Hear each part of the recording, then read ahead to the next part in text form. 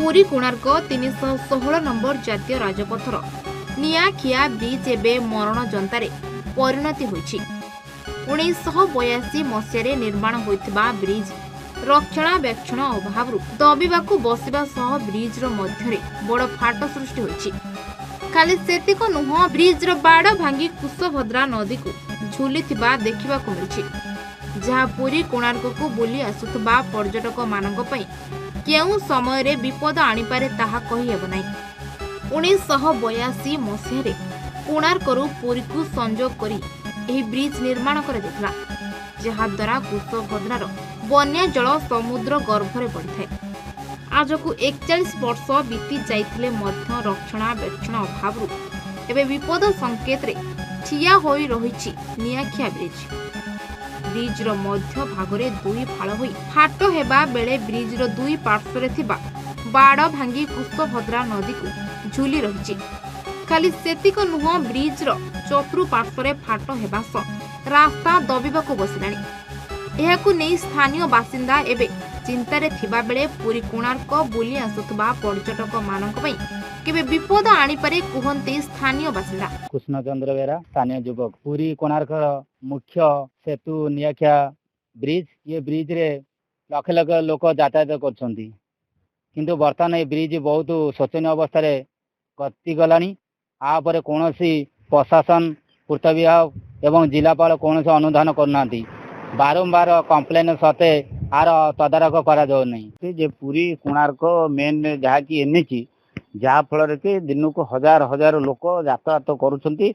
तापर बस आमर बर्तन पुरी की सेपटे काकटपुर अस्तरंग देकी सेपटे गोप देकी बर्तन बस पुरी आसुची।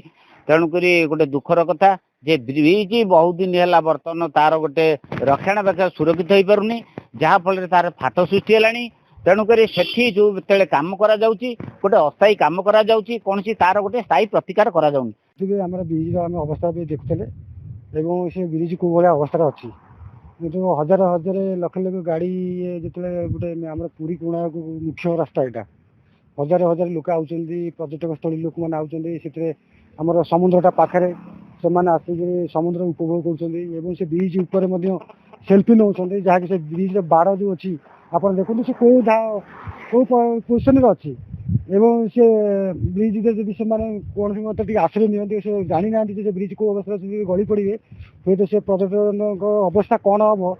से माने महाप्रभुको विश्व प्रसिद्ध महाप्रभुको रथ यात्रा पाखे आसुथबा बेले तुरंत ब्रिज मरामती करा न गले महाप्रभुको रथ यात्रा को बोली आसुथबा हजार हजार भक्तों जीवन प्रति विपद आनी पारे बोली जगन्नाथ प्रेमी कहछंती। पुरी जिला गोप ब्लॉक तोरकर पंचायत अधीन रे थिबा एही निआखिया ब्रिज एबे विपद संकेत सृष्टि होइछि। जे ब्रिज देई लक्ष लक्ष पर्यटक माने यातायात करिछथि, भारी जान वाहन मध्य यातायात करिछि।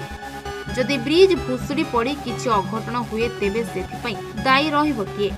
स्थानीय प्रशासन ना विभागीय अधिकारी को जोगाजोग करथिलु। से कुहंती मु किछि जानि नाही, आपणको माध्यम रे खबर पाइली, तुरंत पुनरुद्धार कराजिबो निआखिया ब्रिज बोली देइछंती प्रतिश्रुति। सेपटे तुरंत ब्रिज पुनरुद्धार करबाकू दाबी करिछंती स्थानीय बासिंदा। निमापड़ारू बिरंजन मल्लिक रिपोर्ट, ए1 ओडिशा।